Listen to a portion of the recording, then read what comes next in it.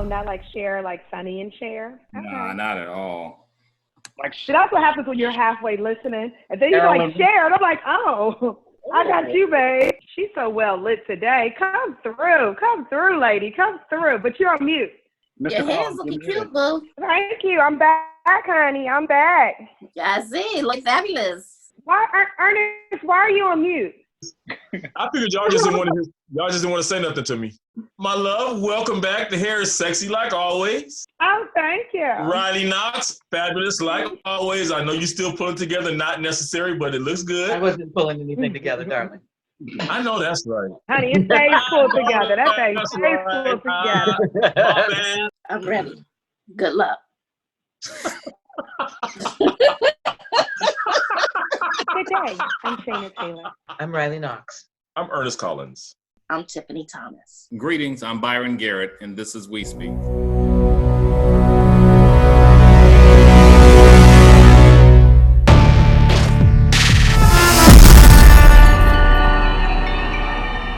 Good evening and welcome back to We Speak. It's so exciting to be back for another great episode. How are you tonight, Riley Knoxx? I am fabulous. And you look amazing as always. Miss Tiffany Thomas, good to see you back this evening. Thank you. It's good to be back. And how are you doing, Ernest Collins? Good to have you back on the show. I'm doing great, and it's wonderful to be back. What's up, y'all? Miss you guys all. We miss you too. And Miss Shaina Taylor, I don't know if you're still celebrating your birthday, but I am. So how are you this night? I know that's right. Happy belated birthday to you. I feel awesome. Thank you. Thank you much. And that new hairdo is fierce. I must say that looks, yeah, right. Between that hair, your lips, Riley's lips, and Tiffany in that nice electric color. I mean, it's But we're back this week. A lot is going on. You know, last week was 4th of July. Some people decided to celebrate it across the country. Some people decided to call it Malia Obama's birthday, so they celebrated it as Malia Day. But at the same time frame, we recognize that you cannot work and be woke in one area, but at the same time frame, completely devoid in another. And so some people want to celebrate Black Lives Matter, then other people were trying to celebrate the 4th of July. We're going to get into that in just a second. And then this other topic keeps circulating, this whole mask it or casket. You've seen the latest numbers, and they are steadily climbing across the country, and the debate continues to go back and forth. Do you wear a mask? Do you not? And how do you end up? So we've got to talk about liberating minds as well as liberating society. So let's get into it tonight. On a previous show, we noted a few things that seems to be happening specifically as it relates to Black folks. And here's the latest with the NFL. So I don't know if you've seen or heard, but the NFL has now said for at least 1 week in the preseason, we're going to be doing the National Negro Anthem, Lift Every Voice and Sing.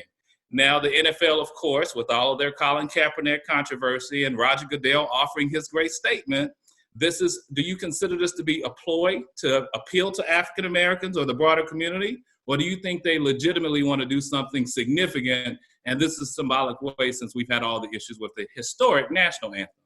I'm curious, Shaina, since you're our resident sports guru, what your thinking is around the NFL doing Lift Every Voice and Sing in the preseason.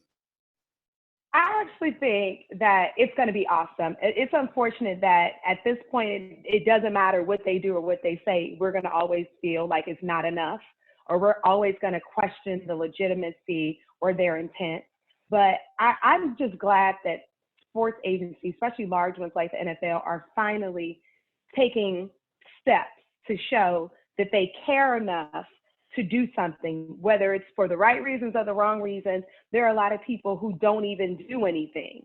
So, and it's going to be a learning opportunity, and it's going to be great for people to see our national anthem. Now, I hope it extends beyond preseason and they do that joint during the regular season too. I mean, some countries, some sports, like when you look at boxers, when both boxers enter the ring for large matches, they'll sing the national anthem for both. So, I mean, hey, I don't know if Asian Americans have a national anthem. I don't know if other cultures have a national anthem like we have one. And then there's the American one. But I mean, if you want to go multicultural and universal, let's do it. You know, I think it's very interesting that, you know, it took, you know, back when Colin Kaepernick was on his knee, it took someone having to die because of a knee in order for them to make the NFL to make a change. And it's really odd to me that this hasn't happened a long time ago, since it's mostly Negroes on the field anyway. So, like it just, it's about time. We're seeing this across the board with a lot of different organizations that are, vowing to hire more Black or do more Black stuff. Like I said this before a couple weeks ago, when it's no longer a trend, I want to see how everybody is how everyone acts then. This is great what you're doing right now. I hope that it becomes the new normal and not just jump on the bandwagon so we don't get canceled. So Tiffany, I'm curious, what's your thinking in terms of this? And like I said, boycott NFL has become a big deal, but also they tried that with NASCAR. We don't know how that's going to work out. But what's your thinking about the National Negro Anthem? I think that it is an effort to placate African Americans because we are 70% of the NFL league and as a whole, and we do make up a large population in terms of the viewership of the NFL and in terms of people who buy NFL merchandise. So they do need to acknowledge everything that is going on at this point. And with that said, a Negro spiritual or the Negro anthem during the first week of preseason when nobody watches the games anyway is not good enough for me. So we'll see if Roger Goodell come up with something better. Well, ESPN did, Tiffany. Maybe they'll help you out since they offered Hey, college maybe they will, but you'll be able to see it. And maybe one day I'll watch an NFL game again. Until then, you do not get my viewership. I hear that. Ernest, we're going to give you the final thought on this particular segment regarding the National Negro Anthem being sung during preseason. What's your perspective about all that's going on with the NFL? Well, initially, I had thought that maybe it was like a ploy, but listening to the ladies, which all had great points, especially to what Shaina, actually what all of them said, they all had valid points. In my opinion, first of all, I don't see the purpose if it's going to change anything. I mean, however, listening to it, I think it would be fair if you did play both. Just like they said, 70% of the NFL is made up of African Americans. I think it would be cool to play both. And like you said, we say during the boxing rings, when we go to Canada, they play both national anthems. There's really no reason not to play both. But I do want to say this. It would be nice to hear Melba Moore sing. Every voice and sing till hearing, ring with the harmonies of liberty.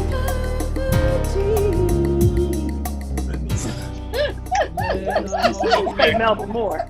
You know they're gonna bring Jennifer Hudson out there. Ooh, they ain't getting that Black. Right. Maybe Fantasia will make a debut. There you go. But again, I hope they know more than just the first verse. That's my concern. Are they gonna really be able to sing and know the full song? The other thing, Ernest, I think to that point, as I process it and I look at it, and Shaina, as you mentioned, the different cultures when you're in boxing or you're in soccer, the difference would be most of the folks that are playing in the NFL are American, whether they're Black American, Caucasian, or Hispanic. But when you're referring to a soccer player or someone in Major League Baseball, normally they're doing that in relation to the country of origin that they come from. And we all know Africa is not a country, it's a continent. So that's my only thought. Amen. Educate. But that speaks to we are being displaced. Like there is a huge displacement. Like we're part of the diaspora, but we don't know what part. Like so all we have is our Black American, our African American anthem, because we belong really to nowhere. We're just like classic Can you talk for real? How many people do we think actually would even recognize and know that it's the National Negro Anthem if we didn't tell them? Ooh. You know what? You said Black people. You said Black people or them? Both. I say I the think older it Black depends on what generation. age group. It depends on what age group we're talking to. I think Black if you're like 35 and older, or I would say 40 and over, because they took it out of schools. Like it's been so erased, but that speaks to us being erased. Like we're constantly erased. The more and more they give us, or they think they're giving us, or the more and more they start to allow us to do, the more and more we start to dissipate and lose sight of all what made us stronger in the beginning. I was going to put everybody on the spot and say, let's go ahead and start singing the song, but I don't want to put anybody on the spot because, I might not even get past the first verse. We all be like, I'll be ready by game one. I'll be ready by Well, as promised, if you may have seen this news, we all celebrated our DC mayor, Muriel Bowser, when she renamed basically 1600 Pennsylvania Avenue and called it Black Lives Matter Plaza and painted. And of course, you may have heard that as the mayor of New York, Mayor de Blasio, did the same thing. He literally, right in front of the occupants' residence and tower, known as Trump Tower, they have now painted Black Lives Matter. The question, though, is it is done in smaller font, so it's not as large. It doesn't take up the same amount of geography in the street, but it is visible and noticeable. I don't know if it's noticeable from space like the DC version is, but I'm curious, do you think that was kind of a political stunt on his end from that perspective? Or do you think there's some real intentionality behind Mayor de Blasio's point in doing that specifically at that location in front of Trump Tower? Riley, let's start off with you. Oh, come on. That's not a coincidence. You think it's a coincidence that he just happened to do it in front of the Trump Tower? No. Do you think it's a coincidence that that Mayor Bowser did it right on the road leading up to? No, they want to make a statement that, you know what, dude, like, it doesn't matter. Like I said to you before, it's like you can think you run and everything, but you're not running anything because we're still going to be able to do what the hell we want to do. I think it's funny. There's a lot of murals going everywhere. There's ones in Baltimore. They're popping up everywhere. I'm just proud that, my mayor was the one who started the trend. But I don't care how big the font is or how small it is or where it is. The fact that it's there and you can't ignore it, and it's there, you have to see, you can't ignore what it says, or that it's being done wherever it is, how big it is, what capacity. But I mean, it is absolutely not a coincidence. And I would have put, if I could have spray painted it on Trump Towers, I would have, but. Well, and I should have clarified, we should just be calling it the occupant tower, because truth be told, they ain't do nothing but lease his name to be able to put it on top of a building. So we know technically don't even belong to him. He just owns the floors that he stays on. But I'm curious, Ernest, what's your thinking about that? Do you think it was a political ploy by the mayor, or do you think he's really making a point by telling the occupant, let me tell you something? I do not think it's a political ploy for the most part. I think it's a chain reaction. I think this is something that our mayor, which I'm very proud of as well, started a trend, and it was so moving, so ambitious that everyone decided, hey, this is a great thing to start. So I think it's a chain reaction of events that's going to start here and then move across. I mean, and I agree with Riley as well. It doesn't matter what size. It's the fact that it is there and it is visible, and it's something to bring attention to the movement that's going on right now. Well, and I know, Shaina, I know you and Tiffany both have thoughts, but I want to connect a dot, because on this side of the country, that happened in New York. But some people may have also seen the story that happened in California, where they had already painted Black Lives Matter in yellow. And then I believe it's David Nelson and Nicole Anderson, white couples. And of course, David was out there with his MAGA hat on, rolling over top of yellow paint with dark black paint. I don't know what she thought she was going to accomplish. I guess she thought, oh, it's the same shade of black. Maybe one will wash out the other. But it ended up making the overall thing more prominent than it was before. I'm curious, Shaina, what's your thinking just around how this whole culture and what's happening? Because as Riley mentioned, it has happened in several cities. It's not just DC. It's not just New York. It's down in Charlotte. It's in Milwaukee. It's out in California. And that was a Republican area that happened in. And I'm waiting to see it gain even more traction. I mean, like Riley said, shouts out to Muriel Bowser for setting it off, because it has been set off. And this is something that you cannot put in reverse. And I love that old silly couple painting over it, because it was a good twofer, right? Because they enhanced it, they made it black, which made it even more along tongue-in-cheek. But it also showed how ignorance is so ignorant. It's like, how did they not know that all you're going to do is paint it exactly the same way it already was, now make it larger, make it more prominent, make it black, and show how dumb you are that you didn't even realize that's what you were doing.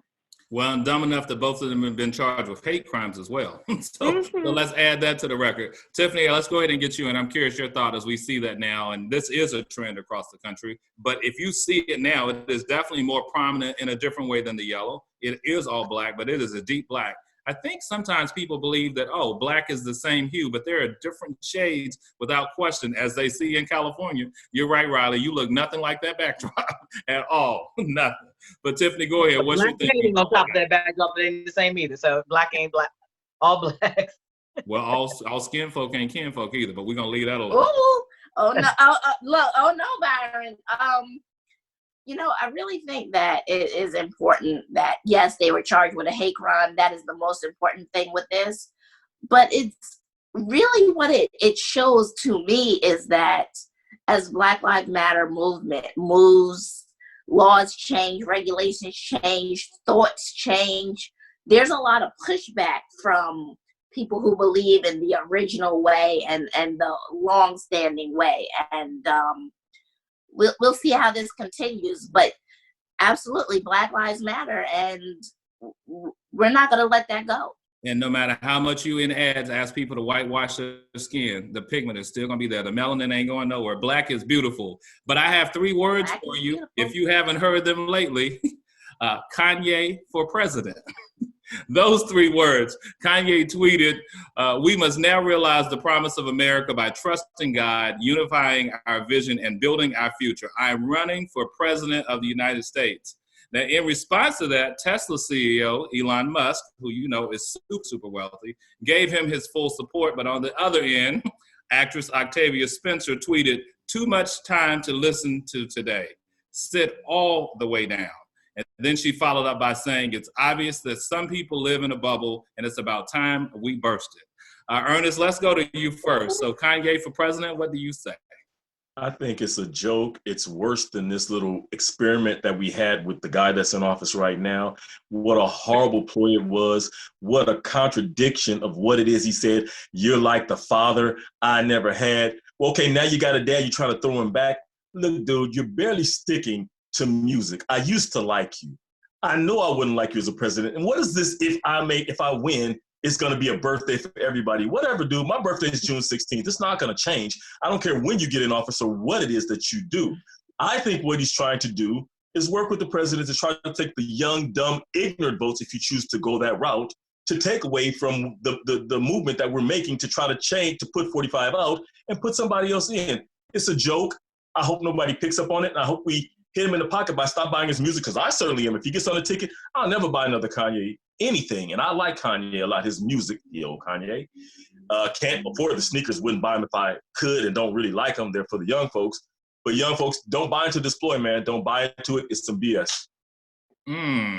Shaina, what's your thought? Kanye for president? What I can't figure out is why is there not like a psychological eval? There should be a psych eval for anybody running for president. I mean, they do it in the military, they do it in the police force. Like, where are these psychological evaluations? Because this whole 45 wouldn't have been in. They definitely would have diagnosed him. And we already know Kanye is like, ever since, may she rest in peace, his mom passed away, that was just like a breaking point for him. And his whole psychological situation is not, help your wife make them Skims and help her with this $1 billion beauty line. Sit down and help home. Tiffany Thomas. Really? I really, it's so unfortunate to me, because I think that Kanye is deliberately trying to skim votes that could have potentially been Biden's. Because if he was legitimately serious, he would attempt to get on the ballot. Technically, right now, he's not on a ballot. Well, explain to people. No one can go into a ballot at this present time and click Kanye West. That's right. And so until you can do that legitimately, in my opinion, you're not serious, which means he hasn't registered with the Federal Election Commission. Yep. Until you do that, you're not a presidential candidate. Miss Knoxx, your look is giving us dust, which is probably the same thing you want to give his non-existent campaign. See, this is what I'm going to say. I have learned If 45 has taught us nothing, never count anyone out, because stranger things have happened. We did not take serious when he decided, or 45, I hate saying his name. We did not take him serious in the beginning, and we thought, oh, this is just hilarious. This is just, he's going to mess things up for Hillary. We want, whatever. And then look at the reality. The problem is, I don't understand what's going on here, because you're going to do nothing but mess everything up. And I said this last week, a few weeks ago. I don't understand how anyone, Black, and I don't care whether you are a Black Republican and you always vote Republican, I don't understand how, with everything that this man has shown, that he does not care about Black people, and been very blatant about it. And even like what happened, I don't think we talked about this we weren't here last week, but when the orange one, when he retweeted a video of, I don't know if you guys talked about, did we ever talk about that? When he retweeted the video of the white supremacists and all that stuff. So, and then try to say, oh, it was an accident. But there's no accidents, first of all. And this man has shown on several occasions he does not care about Black people. I don't understand how you, as a Black person, can support this man. He says that he doesn't support him anymore, but I really think it's like a ploy to get in there, mess things up, because I said any vote that's not for Biden, no matter how you feel about him, is a vote for Trump. No, independent or not. And see, this is what the man has never voted. He's never voted. Do we really want to have a president that's never, you don't know anything about this? So this is, you don't know anything about this. Stop messing things up. And you guys want to, on this show, a lot of people on this show have said a lot of things about this man's wife. And you know how much I love his wife. And I want to just tell you guys that Kim Kardashian West has done more for Black people and Black men, and prison reform has done more politically than Kanye West has done at all. And if you want to do something, help your wife out with that cause, not just the skims, Shaina, but with that. Because at this point, I would vote for Kim over Kanye. But I don't want anybody coming in and trying to wrangle up something at the last minute and say all of a sudden I want to, run for president at the 11th hour, if that's even possible. I don't even know if that's possible. Like, I think Tiffany could probably tell us, or maybe she. They still have time to file. Whatever.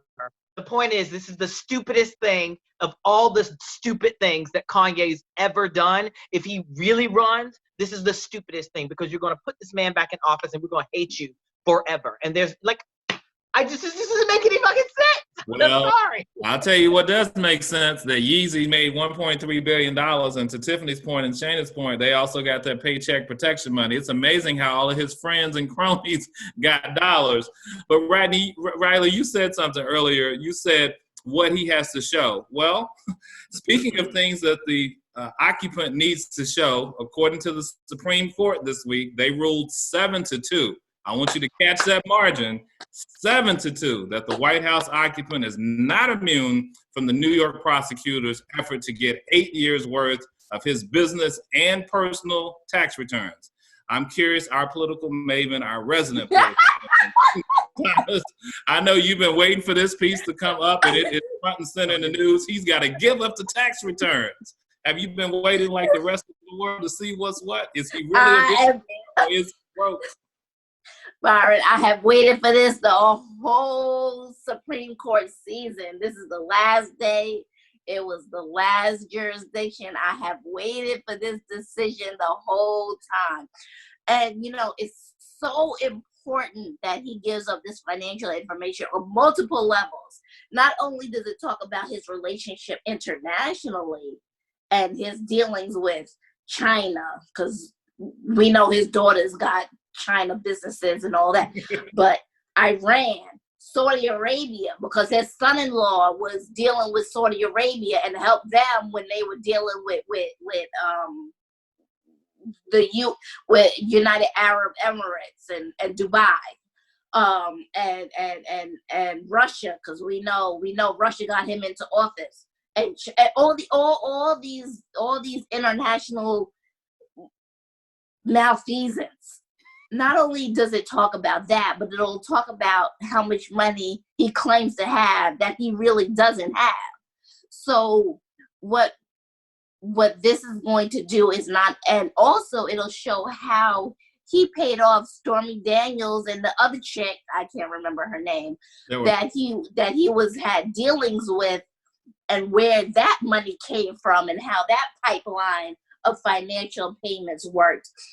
It also will show the financial backing that was subsequent in his impeachment trial that was only 6 months ago. It feels like that was an eternity, but it was only 6 months. So the idea that he didn't have to turn it over to Congress, but still has to turn it over to the state of New York is still monumental, because SDNY is saying that they will give it to Congress if they ask, but Nancy Pelosi is saying she's ready to go back to court.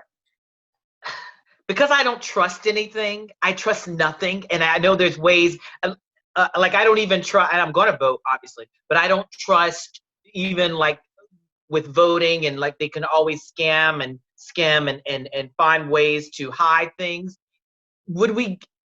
How do we know that what we get is going to be the truth? How do we know? Is there a way that you can still falsify some things? Like, I mean, Tiffany, can you answer that for me? I don't know. And it will From have the to come IRS. directly from the IRS. But to your So it won't even.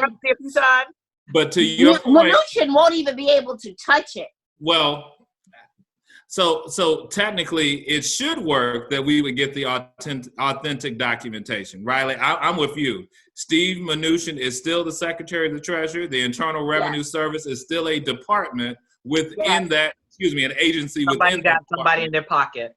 Right. Well, many people. So the interesting part about that is they're going to go back for tax returns before he was even president, right? 8 So years. the thing is that he was doing janky stuff long before. So it would be a lot of work to go back and change all of that and manipulate all of that now. And Maybe they're doing IRS, it just for tax evasion. absolutely. And also there's the banks also too, because they're going to get those bank records, and the bank records have to match up.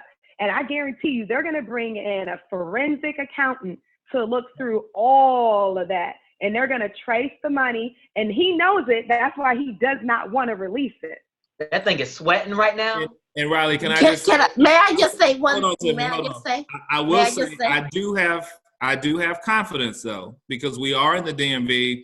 There are a whole lot of people of color, Black folks specifically, that work in federal agencies like the IRS. They may not be the political appointee, but a lot of them hold the long-term career civil servant jobs. And I'm sure they too were waiting for a moment. They couldn't do it without something legal on their behalf. But I'm sure now they'll be glad to use their authority and power to exercise and discharge their duties in support of this particular request. It's probably going to be expedited as well. Go ahead, Tiffany, before we go to Ernest. One last thing I want to say. You know, the House Financial Services Committee, which is run by the amazing Maxine Waters, who I love. She has been fighting for his taxes since the inauguration. Yes. Has known, based on what the House has been able to tell, that they can't exactly make public exactly what his dealings have been. And really the issue is the manipulation that Deutsche Bank has been doing below ground, because we know that Deutsche Bank, who has been the only bank in the world that has given 45 any money to do anything, because U.S. banks stopped loaning him money because he defaulted so much. Yeah, exactly. Deutsche Bank has only been the only one to come in because Russia swooped in and gave them money, which leads us to why he's always protected Putin, and on and on and on. So the liability that Deutsche Bank will have in this case is monumental. And I think the legal term is called culpability. Ernest, I don't know if you have a thought on it or if it's all covered, but we want to give you an opportunity to see what you got to say about us finally getting access to the occupants' tax returns for the last 8 years. I have sat here and mirrored what Riley was going to say, what Riley said a long time ago. Listen, this is the trickiest trickster that I've ever seen, period. He is the master manipulator that I've ever. So I don't trust, unless it comes directly from something that was filed from the IRS and is going to come directly to us. And of course, we know there are things that can happen in between. And I hope that the Supreme Court's ruling kind of makes more serious this matter, and that people that try to interfere will be criminally charged as well. We need to get this stuff. We've been fighting for this stuff from day one. And the Democrats, I'm kind of hard on them because I think they're a little weak, but they have a lot of avenues to fight. You know, there are a lot of different pockets that we had to fight that this man is putting us through. And this is one that's finally come through. Finally, I wonder if Kavanaugh was one of the two that voted. I'm sure he was. I'm sure he's such a butthole. But I agree with Riley's question. I just don't have any faith in in a lot of things. You know, this dude can manipulate anything. He can trick his way out of anything. I'm gonna be mad at the Democrats, not to change the subject. If once this man is out, if we don't put him in jail, I may switch my party to independent. The goal was to prosecute him and put him in jail as soon as he's out of office. If this doesn't happen, I'll be very disappointed in this party. So well, see, this is why I don't trust things. I hope it falls through. I hope everything gets out. And I hope he's exposed, and I hope he gets what's coming to him. This is why I don't trust things, because of one, the election, two, and the impeachment. I don't trust anything. Well, I believe that right now he's sweating so bad that there's enough money somewhere that somebody owes somebody a favor to switch something and do something. So just like you said, they're going to have to be like, you know, anybody who is found having interference in this is going straight to jail. Because I would just hope that money will not outdo. This man is a billionaire. I would hope that a billionaire cannot buy and outdo the local government, the United States. It would be embarrassing to us as a country if he gets got into presidency. Allegedly a billionaire. Tiffany, I know you got a point, but we got to move on, boo. I'm so sorry. Because we talk about people who hold folks accountable. Well, you may recall Amy Cooper, who was the Karen in the park that accosted Christian Cooper. She had her dog and was kind of strangling him. Well, they have filed charges against her because she had claimed he was threatening her life. You know, she got all accelerated on the phone call and everything. But she could potentially be facing up to a year in jail. The interesting turn of events, though, Christian Cooper has expressed his own personal thoughts about the prosecution, and he's ambivalent. He said, I'm not sure that someone's life should be defined by 60 seconds or poor judgment. So if the DA feels the need to pursue charges, he should pursue charges, but he can do that without me. Now, I'm curious because he obviously is the person that recorded and posted and shared the video. He was the person on the other end of the attack from her that was being accused of something. What's your thought about this? So the justice system is trying to prevail on his behalf and other folks who've been in similar situations, and now he's pretty much saying he's probably not going to cooperate. I'm curious, Riley, what your thinking is with Christian Cooper. This is bigger than him. It's bigger than her. This is about all of those Karens that do this. This is about all those people that do that. There has to be a precedent set so that people know that they can no longer do this. This is not about him. This is not about her. It's about the fact that this happens all too often and nothing happens. And there is I don't know if you guys have heard, and I might be saying this the wrong way, but there's this new bill or act or something being called the Karen Act, where they're trying to pass so that to make this illegal or to I don't know the exact thing. So that you can be criminalized for false claims. Okay, so the thing is this is bigger than just the two of them, because this happens all the time. And so for him to be the one recording it, and this could have gone a different way had the cops come, would he have had that same energy? Because right afterwards, he was just like, I forgive her. And blah. That's great. That just goes to show you that he's a good person. He has a kind heart. But this is no longer just about I know Shayna's thinking that this is a form of coonery, but so but I really do believe, because I follow this page called Karen's Going Wild. I comment on them all the time. They're freaking amazing. Yeah. And it is putting a spotlight, and people are losing their jobs because of doing this stuff. And until people realize that if you do things like this, you're going to lose something.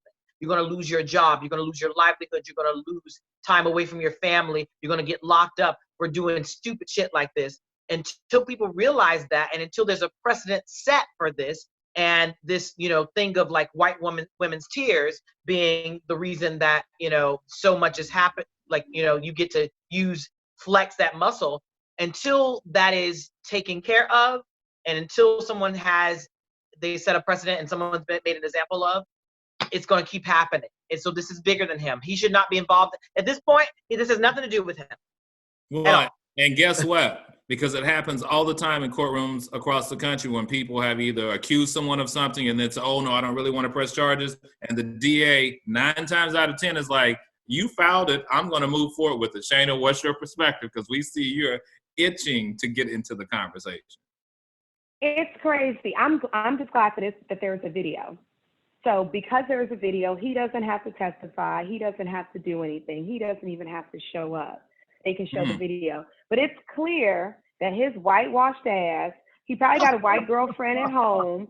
She got a problem. She's like, oh, leave my sister Karen alone. And all of his little white friends are like, oh, no. So, and he doesn't, so all of that together makes him not care about it being bigger than him. I'm sorry. I'm glad there's a video so that we can go past him and make a point. Hello. I'm sorry. I just don't want to dispense the wrong information. It's publicly known that he is gay. So you got a white boyfriend at home.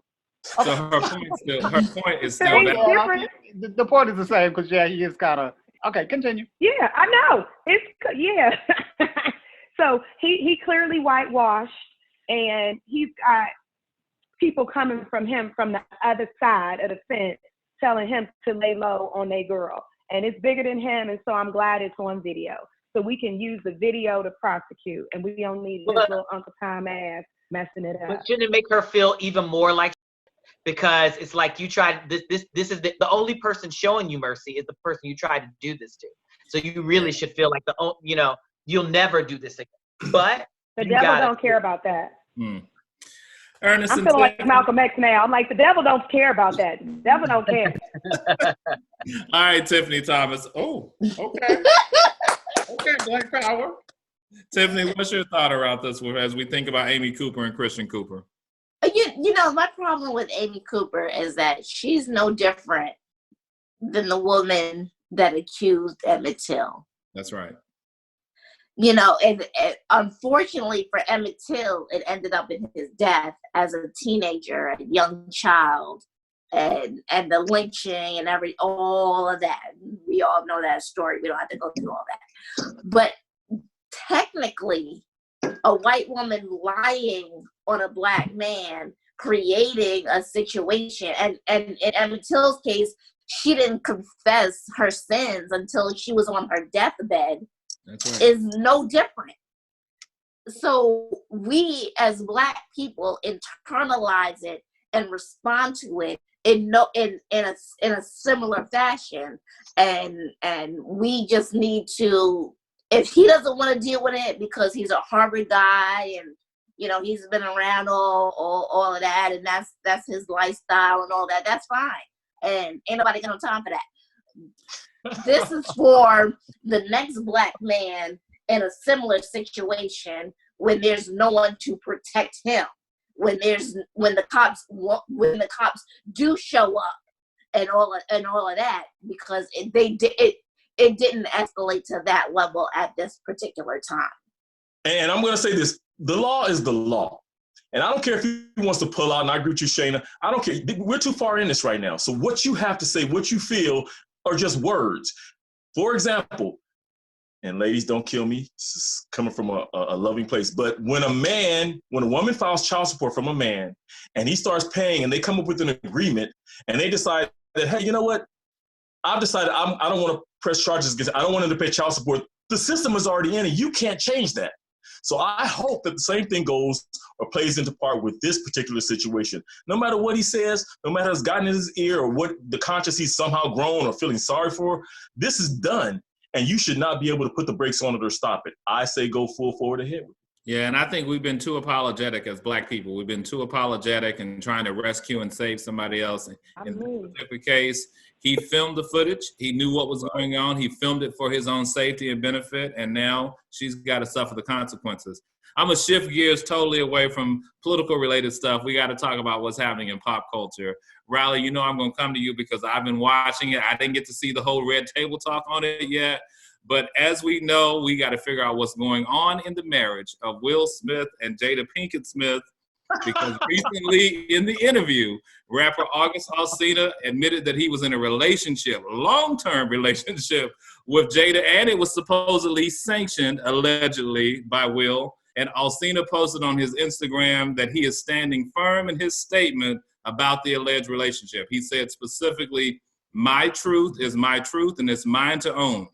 There is no right or wrong here. It simply just is, and I make room and have acceptance for your thoughts and opinions, regardless if I agree or not.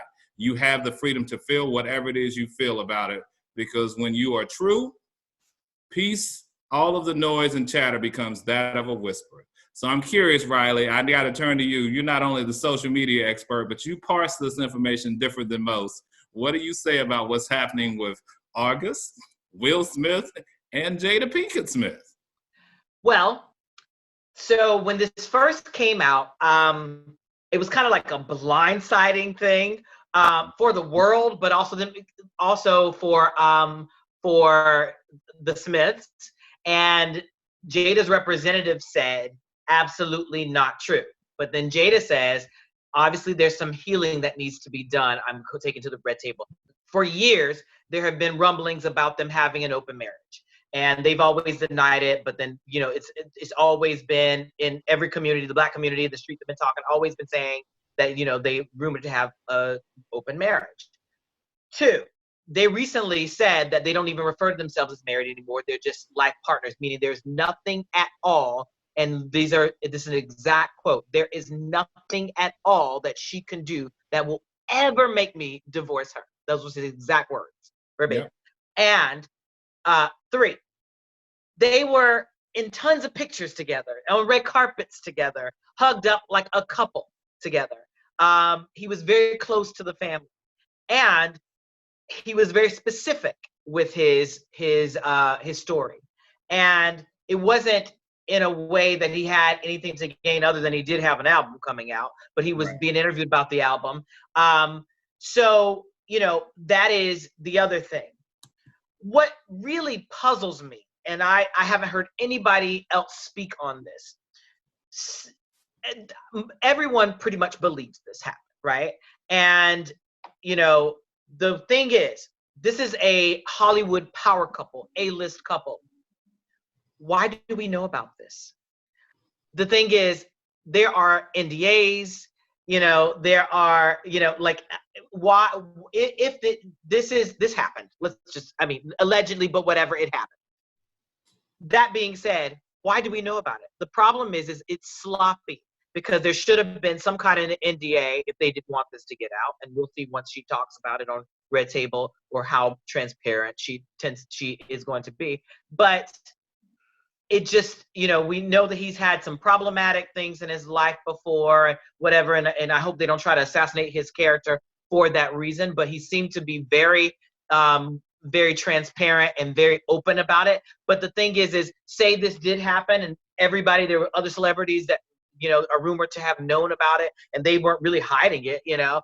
Why do we know about this? We should not know about this. There should be NDAs. I've had to sign NDAs before. I've had people sign NDAs before. There are ways, and I'm nowhere near on the level of these people. So why did this man not sign an NDA if they didn't want this to get out? I don't know. Shaina, we heard Riley's perspective. I'm curious what you think about August Alsina. You know, he is on the younger end from Jada and Will's age spectrum too, but Snitches get stitches. That's all I'm gonna say.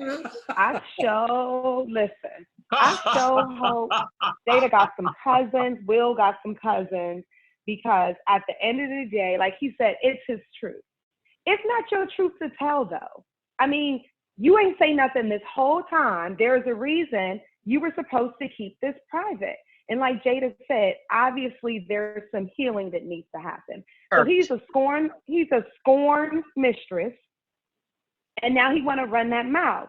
And so there probably was not an NDA, because when you're with someone and you think you're with them and you think they have stuff to lose, there typically isn't an NDA.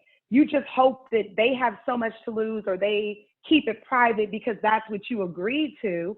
Or it could be a situation where there was an NDA and he violated because he wanted to get his story out because he's scorned, and the price to pay is probably so minimal compared to the celebrity, infamous or not, that he's going to gain all of a sudden. Snitches get stitches.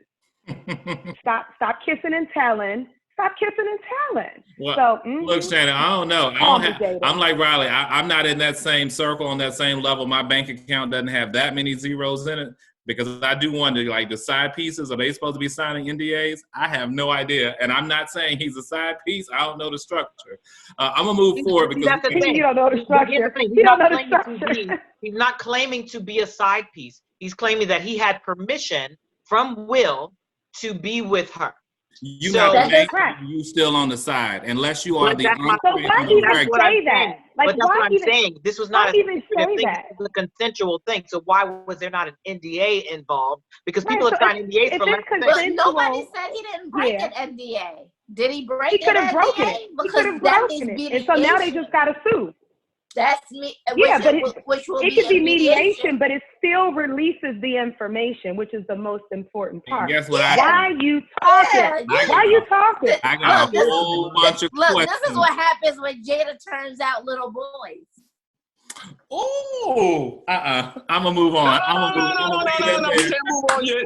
We cannot move on yet. Listen. Go ahead, Ernest. Tiffany, you hit it out the park. Listen, Riley, Shaina, we are from LA. We know Hollywood has a lot of secrets.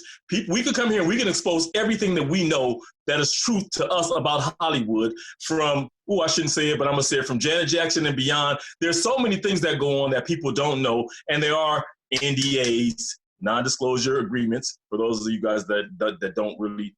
So with this, there are a lot of secrets in Hollywood that people try to hide. I agree with you, Tiffany. This is a little boy that got involved in an adult situation, but there are a lot of people, from the NBA to Hollywood. These things go on all the time.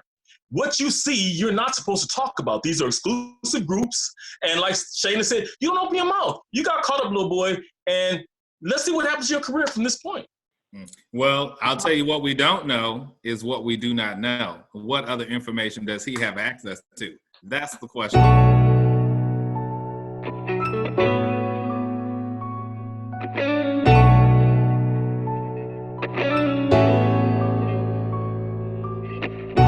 It's a situation that I consider private. You just feel like it ain't really nobody's business. But now Black Twitter has claimed it as their business. I think you need to say clearly what happened. As far as what? You and I decided we were going to take our space, and what happened? Yeah, and then I got into an entanglement with August. That's what I said. An entanglement? Yes. Yes. A relationship? Yes, it was a Yeah. relationship, absolutely. I was in a lot of pain, and I was very broken. Now, in the process of that relationship, I definitely realized that you can't find happiness outside of yourself. Mm-hmm. And luckily enough, you and I were also going through a process of healing in a much different manner. I would definitely say we did everything that we could to get away from each other, only to realize that that wasn't possible. So what happened, Jada? Okay, so let's start with, I guess about 4.5 years ago. Yeah. I think it was about 4 years ago. Started a friendship with August. And we actually became really, really good friends. Because for me, that was the thing when Aug first came around, he was really sick. He was really, really sick, yeah. And the outpouring for him from our family was initially about his health. Yeah. And I mean, we found all those different resources, you know, to help pull him through. And from there, you know, you and I were going through a very difficult time. Yeah. And we decided. I was done with your ass. Yeah, you kicked me to the curb. I was done with you. Yeah. We decided that we were going to separate for a period of time, and you go figure out how to make yourself happy, and I'll figure out how to make myself happy. Well, at that particular point in time, it was indefinite. Yeah, I really felt like we could be over. You know, as time went on, I got into a different kind of entanglement with August. I launched into an interaction with August. What do you feel like you were looking for? Because I wasn't sure I was ever going to speak to you again. I know. Yeah, like the fact that I'm speaking to you again is a miracle. I would agree. No, but it ain't for the weak at heart. There's just certain things that you have to go through, and it's like. And I wish, you know, I wish that wasn't the case. I do. I wish that wasn't the case. I sure wish it could be all magic and miracles. Yeah. You got to go through some to get the answers. You know, and I'm just happy because I definitely believe that you and I, we never, ever, ever thought that we would make it back. Yeah, there's a real power in the just knowing somebody's riding with you no matter what. Yeah. And you really can't know that until you go through some stuff, you know. I don't want to go through this no more. Yeah, no, I don't either. Yeah. I'm gonna get you back first, and then you gonna get me back. I think you got me back. I think we're good on that, okay? 25 years and counting. We ride together. We die together. Bad marriage for life. And we're going to shift gears once again. So, you know, we've been following the whole campaign season and trail, and this whole issue of cancel culture, what corporations do to step up to the plate. We've seen people do it for Black Lives Matter. We've seen people do it for Trans Lives Matter. But in this particular case, they've started releasing information around which companies are allegedly funding the Occupants campaign. So on the screen right now, people get a chance to see all these companies, and there are so many of them. I'm curious what your thoughts are. Do we cancel the companies because they're supporting this particular candidate who we don't support? Is that the fundamental issue? What's your thought when you hear like a Marvel Entertainment or a Macy's or a Lord & Taylor or a TJ Maxx, Bed Bath & Beyond, AT&T, Carl's Jr., Chick-fil-A? I mean, the list is steadily growing as it comes out. I'm curious what your thinking is. Well, were you talking to me? I don't know who you. Go ahead, Riley. I'm sorry. I didn't know whether you talked to me. I did. I was getting ready to, but go ahead. I was going to go to Shaina, but we'll go with you because you're ready. Well, here's the thing. I think this is my disclaimer or my thing. You have the right to spend or not spend your money wherever you want in places that you believe in or do not believe in, whatever. You have the right to boycott it. The problem is it's a long list, and we're just finding out about this list. There's lots of things that have not been supportive of Black people, and there's lots of things that we're just finding out, you know, that, wow, that was never for Black people in the beginning, or it was anti-Black, you know, and it is white people or non-Black people, whoever, spend their money in places that they believe in, that support them, and that like they're strategic about where they place their money, who they donate money to. And I think Black people have to be very specific about that also. And it's not just Black people, because this is about people who support 45. So if you are someone that does not support 45, the only problem is it's going to get a little bit harder for people to, you know, if you need something, some places, the only place that, you know, but I think we can't shame someone if they do decide to shop at some place, and, you know, that is supportive of him, because we don't know it's sometimes a trickle down effect. It's not always the company itself. Sometimes it's the head of the company, or the, you know, or a certain person in the company. It depends. But I think it's an individual basis. You have the right to spend or not spend wherever. based on how you feel, and I don't think that we should shame people if they want to continue to shop there or not shop there or whatever it is. That's very well said. Shaina Taylor, you were going to say something. Yeah, I'm with that, Tiff. I mean, the thing is that everybody has to start somewhere. So these large companies are going to start with these small donations, these small innuendos, the small insinuations, and we have to be open to letting them start. And then they'll grow more into it, we like to hope. But to just constantly beat them down at the beginning, it's like, why would they want to do more if we're not showing support or love for what they're doing? So that's offset. But I'm glad that this list came out, but what I want to know is this list a new list of supporters or a previous list of supporters? Because I do want to be fair and say people could have supported him previously thinking they were going to get one thing, but now after this last 4 years, you see he's a racist, you see he's divisive. I want to know now, are you continuing to support his campaign for 2020? Because if that answer is yes, then absolutely, I'm with Tiffany. I cannot support you because now that makes me believe you're a racist too, and or you're okay with racist behavior. And if that's the case, either one, I can't rock with you. But I would love to see a list of people who supported originally, who made the conscious choice to not throw their money back in the ring with them. Yeah, that's a stellar point. And I think to that point too, we also have to make sure people are making distinction. Did they actually support his campaign specifically, or did they support, let's say, the broader RNC, which may have supported his campaign? There are a lot of nuances there. Ernest, let's get you in as well before we move to the next story. Tiffany and Shaina made great points. Tiffany made some really valid points. Shaina, you dropped the mic pretty much. In my opinion, it is true what you said, Shaina. If this is something recent, in the beginning, that's one thing. Because let's face it, the billionaire club is going to always be that.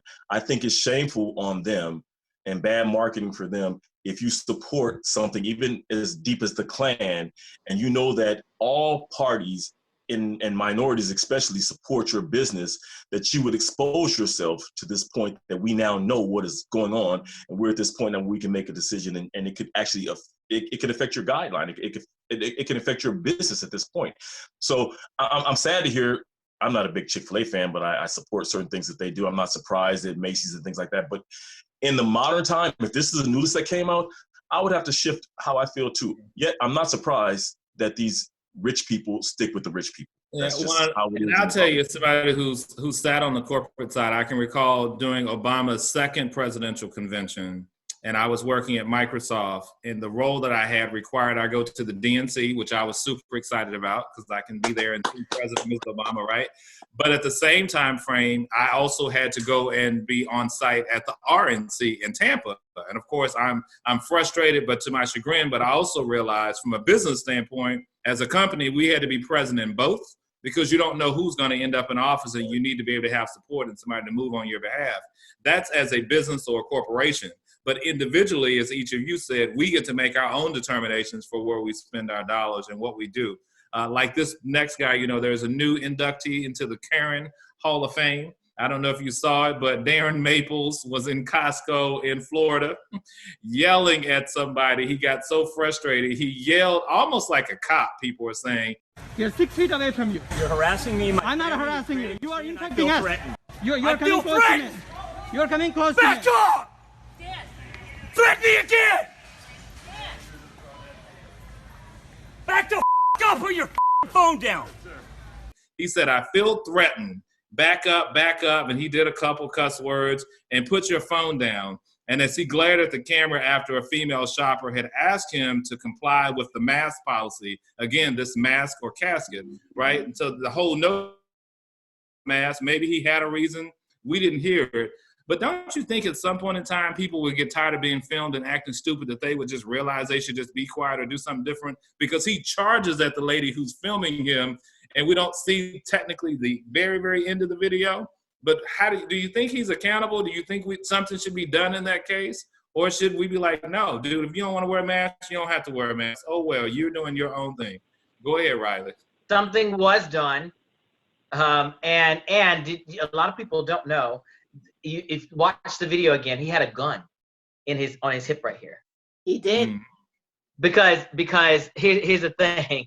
He did. Florida strikes again. Florida strikes again. Freaking Florida. It's always a Florida man. And it's just it's insane. The way he was acting. And it's that thing. Someone mentioned to me in the comment on that video, they said they have to do that thing where it's like, I'm threatened. I feel threatened. So that if they pull that gun out, that stand your ground law, you have to be able to say, I felt threatened, which is why I killed this person, why I shot that person. So they know to say that. You understand what I'm saying? Mm-hmm.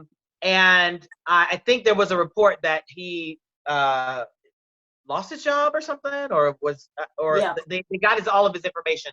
The crazy thing is these people send me detailed information. They send me the person's email address. They send me their home address. They send me the cell phone number, where they work, the first, middle, and last name. I'm like, how do you people find this stuff? But they send it. They're like, Riley, that's his name, and it's insane.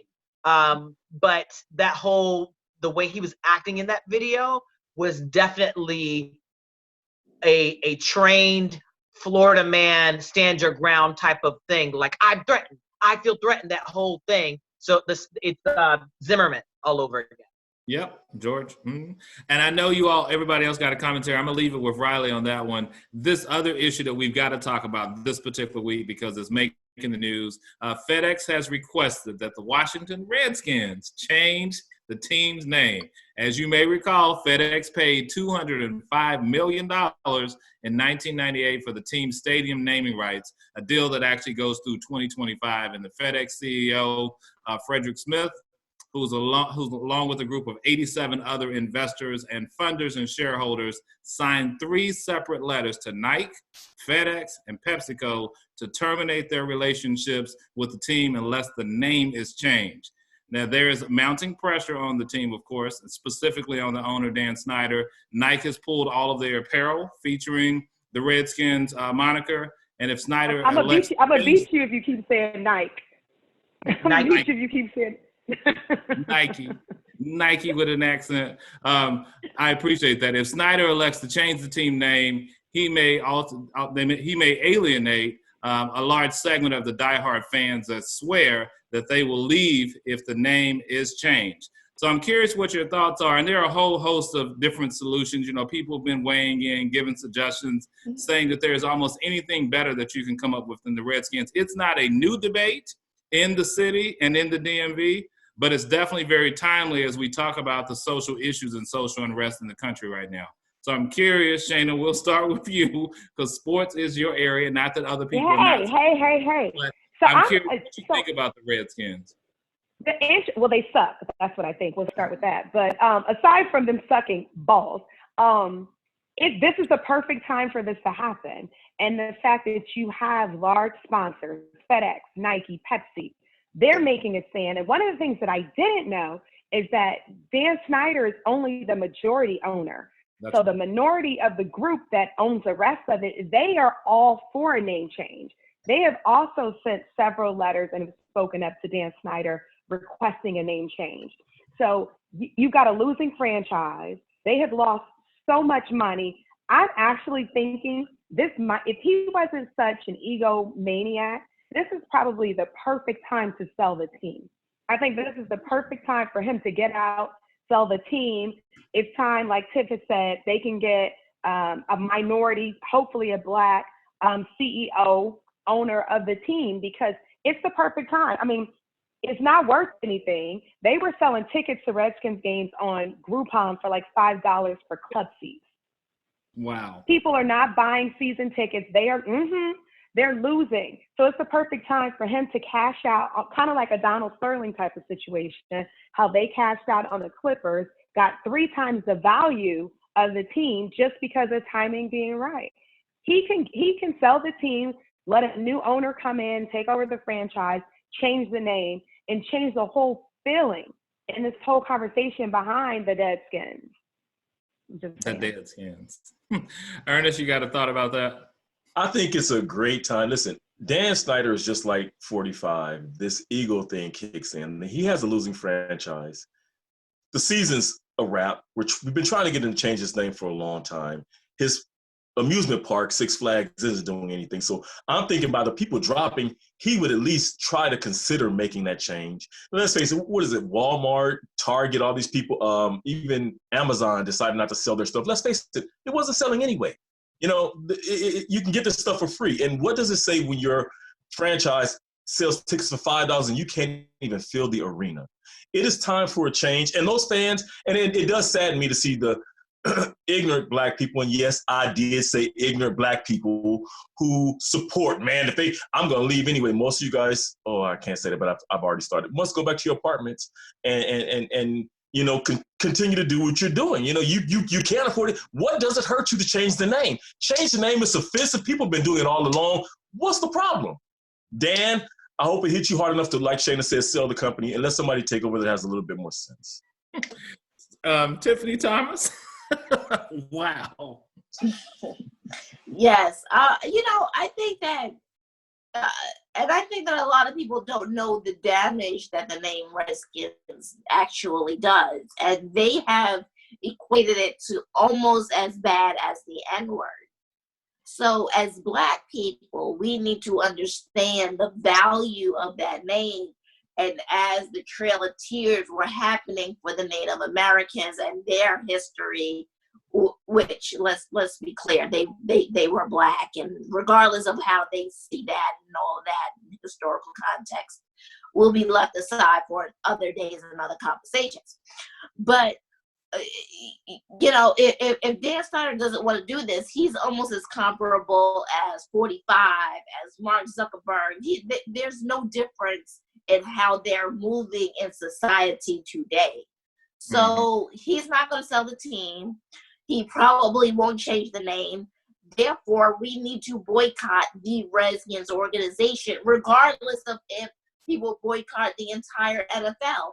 We need to let Dan Snyder know that we stand with the Native Americans who really are descendants of Mesomusu and the Africans and all that. Conversation for other days. But yeah, this is how we move it in society. This is how it is. If this is equivalent to or almost equivalent to the N-word, we're done with this conversation. We're done with you. Sell it.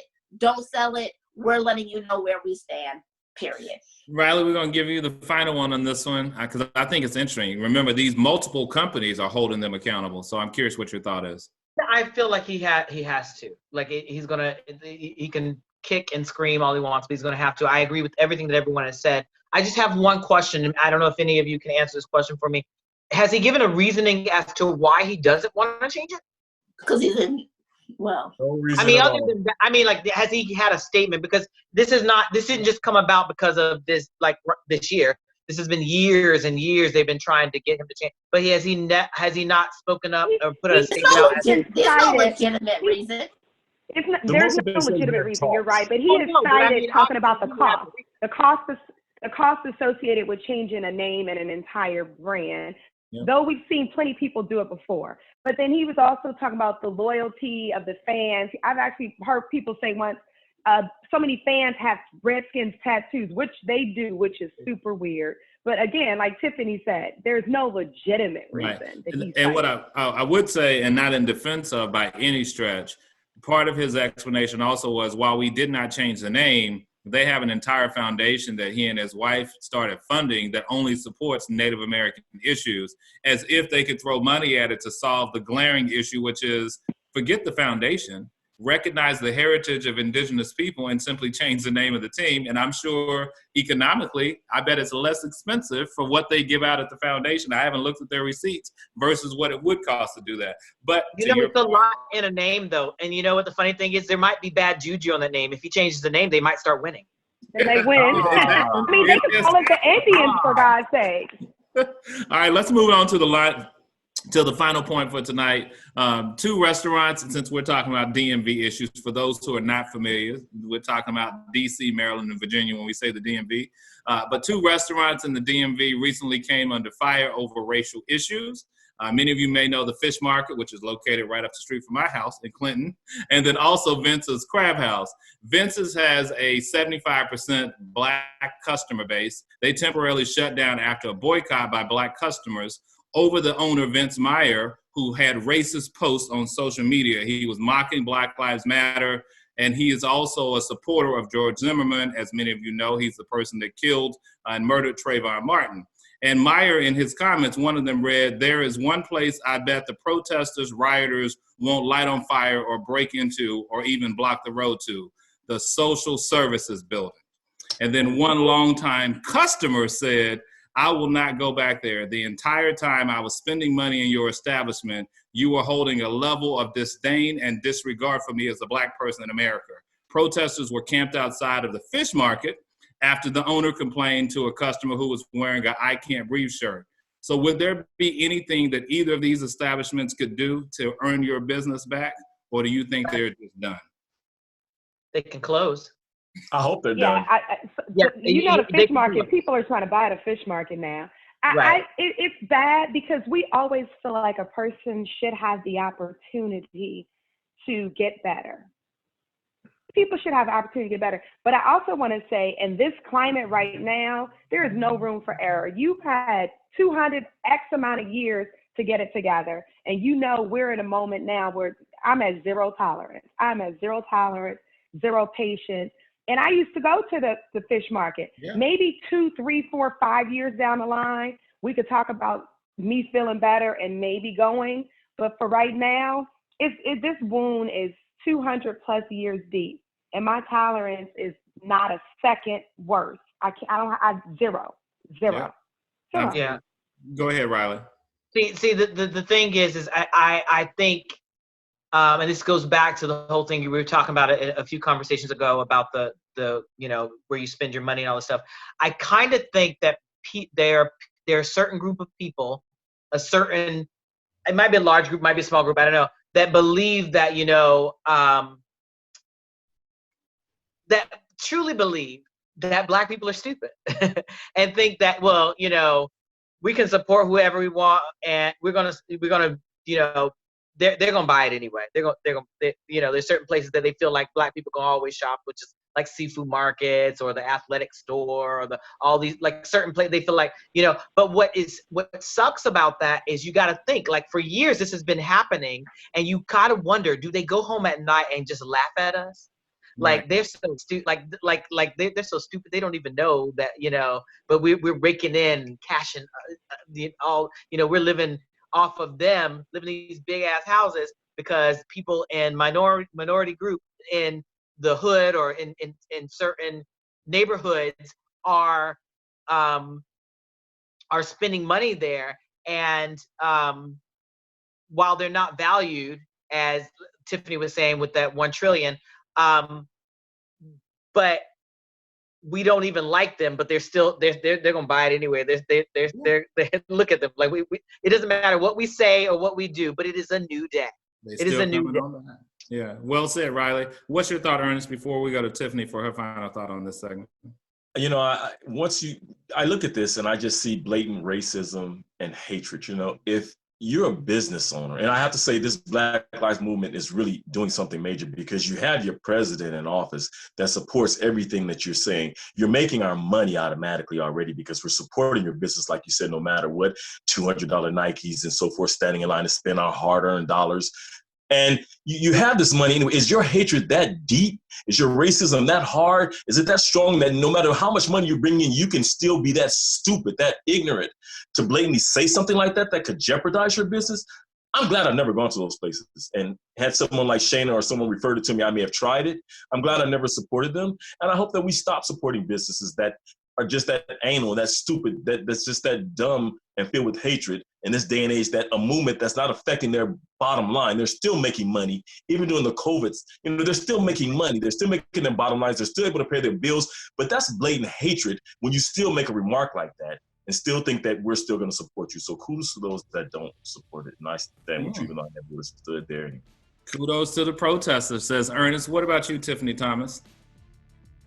You know, like Shaina said, I've been to the fish market. I've eaten in the fish market. Never will again until there's new ownership. My black dollars have value, and it will be respected and honored. Period. I will not patronize these places again. I will not support these places again. You will understand that Black Lives Matter.